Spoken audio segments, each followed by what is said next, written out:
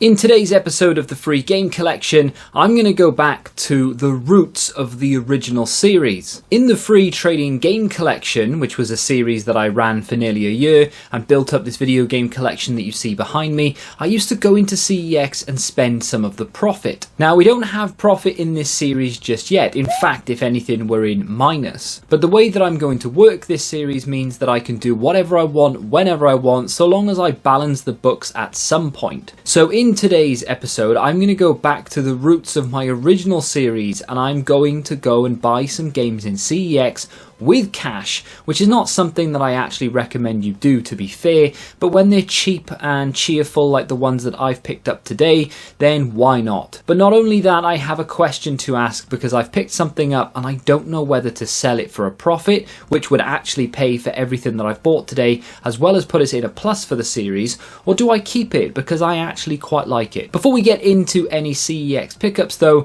I do have something to tell you about. So the NBA 2K23s that I bought the other day, one of them did sell, and that's why I adjusted the figure in the last episode. So when I was saying, I'm going to get XX amount of profit, I think I said about £20 profit in total, I actually adjusted that figure down because one of them sold for a little bit less. So in my original Free Trading Game Collection, I used to go into CEX and spend some of the profit, as I've previously mentioned. And the only rule I really had was I didn't want to spend more than £15 in total. I can buy 15 games for £1 if I want, I can buy 30 games for 50p each, or I can buy one game for £15. The only rule was do not spend more than £15. And to my credit, I never did. In fact, more often than not, I always spent under £15. Now today, I've spent under again. To be fair, I didn't go into CEX with that £15 figure in mind. I actually wanted to spend as little as possible and pick up some games that I don't have in my collection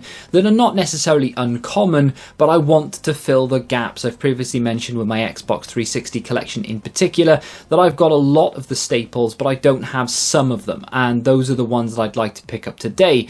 But I kind of veered off course a little bit and picked up two games that are absolutely not staples, one of which I could sell for a profit. So the first game is going to be an Xbox 360 game, and I've just looked at the disc and I can't say I'm too happy about it. It is cheap enough that I will find it again in the future and I'll be able to swap it out, but this is a little bit, it's a bit annoying more than anything else. Super cheap. It's boring, but it's Gears of War. We all know what Gears of War is all about. We've all played it, I'm sure. It's a really good game that still holds up today, to be fair. The really frustrating thing about this, though, and it's only £1, I don't really care too much, but it's just annoying, is that the disc is a Classics disc. Obviously, it doesn't make a difference because Classics plays exactly the same as a normal. It's literally just the artwork on the disc. But surely you'd want to try and keep the Classics to the Classics and normals to the normals. There were Classics on the shelf, and that's why I picked up a normal one, because I wanted the normal game. I didn't want it to say Classics and have different colours or anything.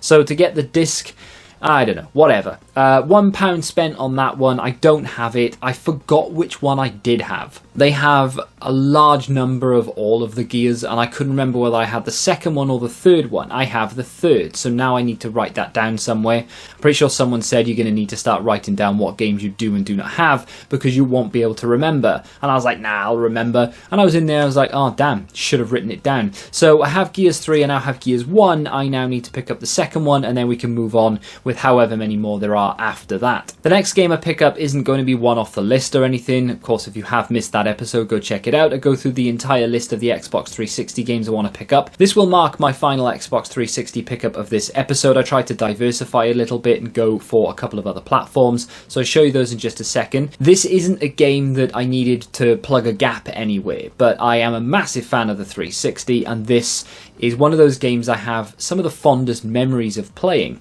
It has had a remaster, and I will absolutely pick that up on the PS5 at some point, I'm sure.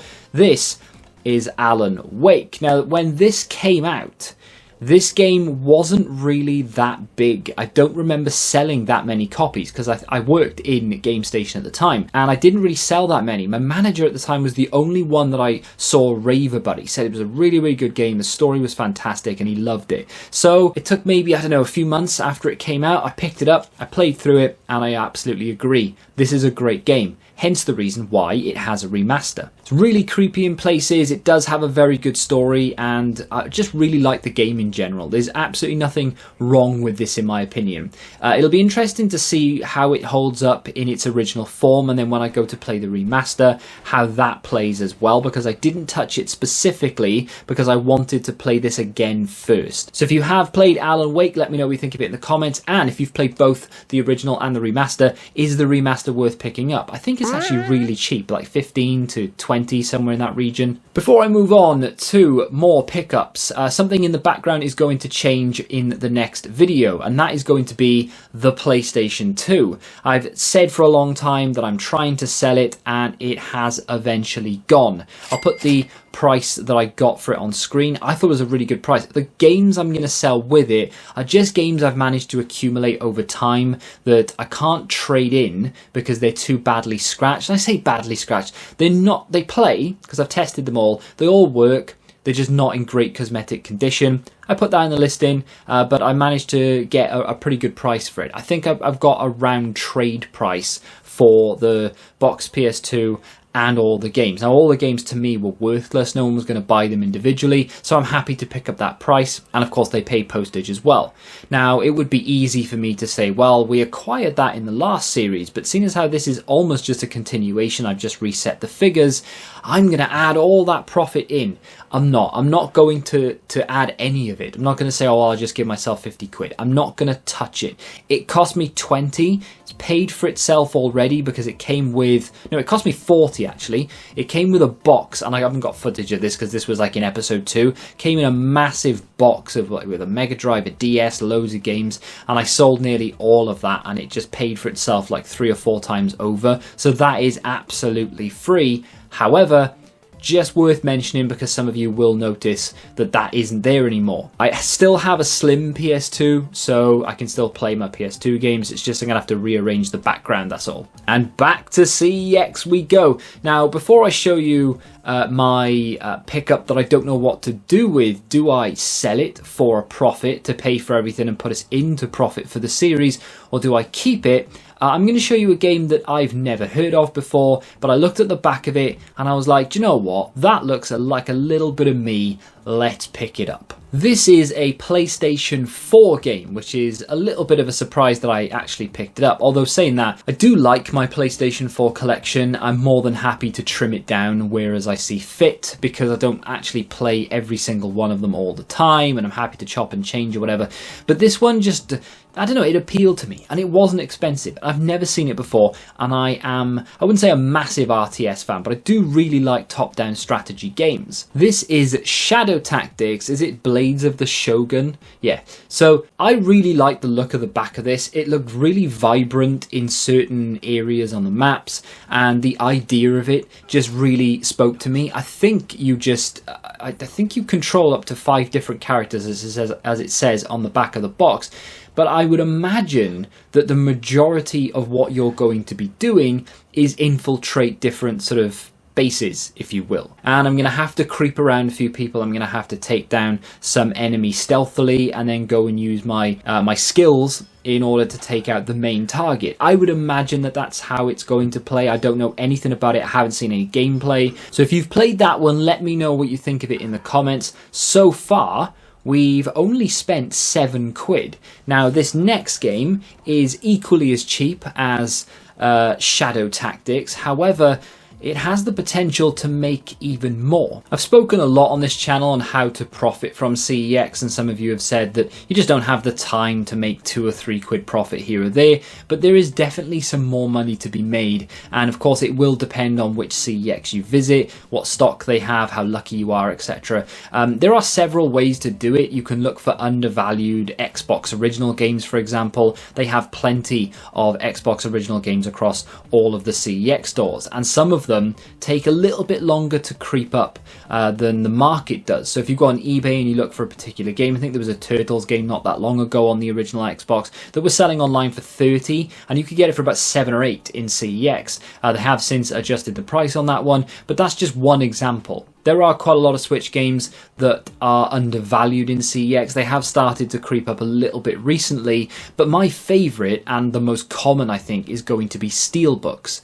Steelbooks is something that for some reason CEX seem to want to price the exact same as the standard copy. I'm not quite sure why. I'm not complaining by any stretch of the imagination, but I don't know why they don't just chuck on a few extra quid, because the majority of the time Steelbooks are just more valuable than the standard edition of the game, and in this instance that's what I've picked up. I'm not a massive Steelbook kind of person. There are a couple of games I like that are Steelbooks, and some of them are Steelbook only. Sifu, for example, I think you can only get as either digital or Steelbook, and they do look good on the shelf sometimes, but for uniform reasons I like just to have the standard edition, so that's why I'm kind of umming and ahhing whether to bother to keep this or not.